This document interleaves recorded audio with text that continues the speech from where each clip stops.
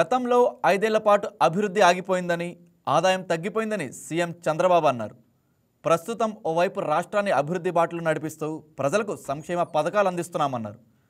గత ప్రభుత్వం కేంద్ర పథకాల్లో అవకతవకలకు పాల్పడిందని, కేంద్ర నిధులను ఇతర పథకాలకు మళ్లించిందని అన్నారు.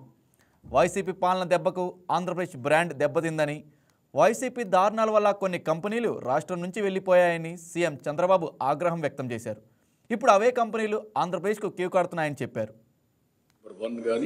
ఒక ఆల్టర్నేటివ్ ఎడ్యుకేషన్ ఆంధ్రప్రదేశ్ ఒక మోడల్గా తయారు చేయడానికి ప్రయత్నం చేస్తున్నాం. పల్లె పండుగ ఇలాంటి కార్యక్రమాలు పెట్టి రూరల్ ఇన్ఫ్రాస్ట్రక్చర్కి శ్రద్ధ పెట్టాం. వీళ్ళు మొత్తం పెట్టినటువంటి మామూలు కాదు. ఈరోజు మీరు చూస్తే అనేక విధాలుగా బిల్స్ అన్ని పెండింగ్ పెట్టారు. అవన్నీ ఉన్నాయి ఎడ్యుకేషన్ వ్యవస్థలో.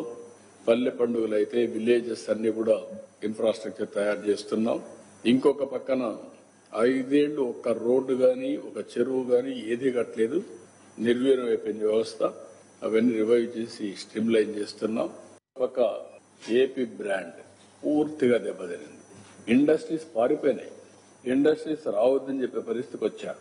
మేము రాము, ఎవరు పోవద్దనే పరిస్థితికి వచ్చారు. ఈరోజు మళ్లీ బ్రాండ్ ని రివైవ్ చేశాం. మొన్నే 13,26,వేల కోట్ల రూపాయల పెట్టుబడులు వచ్చాయి. 16,30,000 మందికి ఉద్యోగాలు వస్తాయి. ఎస్ఐపిబి ఇప్పటికే 8,29,000 మందికి 8,29,000 కోట్ల రూపాయలు ఆమోదం చెప్పాం. దీనివల్ల 7,62,000 మందికి ఉద్యోగాలు వస్తాయి. రూలింగ్ పార్టీలో ఉన్నటువంటి పార్టీ చేయలేమని మాట్లాడితే నేను నిర్దిష్టమైన విధానంతో సూపర్ 6 తీసుకొచ్చాను. సూపర్ 6 ని సూపర్ హిట్ చేశాం. పోర్ట్లు, ఇవన్నీ కూడా నెంబర్ 1 సంక్షేమం. ఆ సంక్షేమం చేసినప్పుడు కూడా మాకు చాలా సమస్యలు ఉన్నాయి. ఒక పక్క అభివృద్ధికి నిధులు లేవు. అప్పటికే ఆస్తులు తాకట్టు పెట్టి భవిష్యత్ ఆదాయాన్ని కూడా తాకట్టు పెట్టి అప్పులు చేసిన సందర్భం.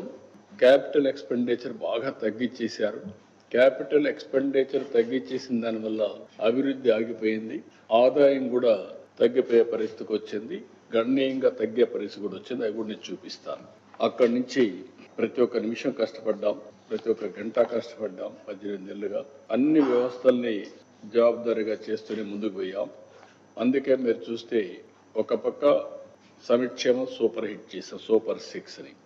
ఇంకొక పక్క అభివృద్ధి కోసం long term, short term, medium term sustainability కోసం క్యాపిటల్ ఎక్స్పెండిచర్ గణనీయంగా పెంచాం. రోడ్లు, పోర్ట్లు, ఇరిగేషన్, ఎయిర్పోర్ట్స్ ఇవన్నింటిపైన ఎక్స్పెండిచర్ బాగా పెంచాం.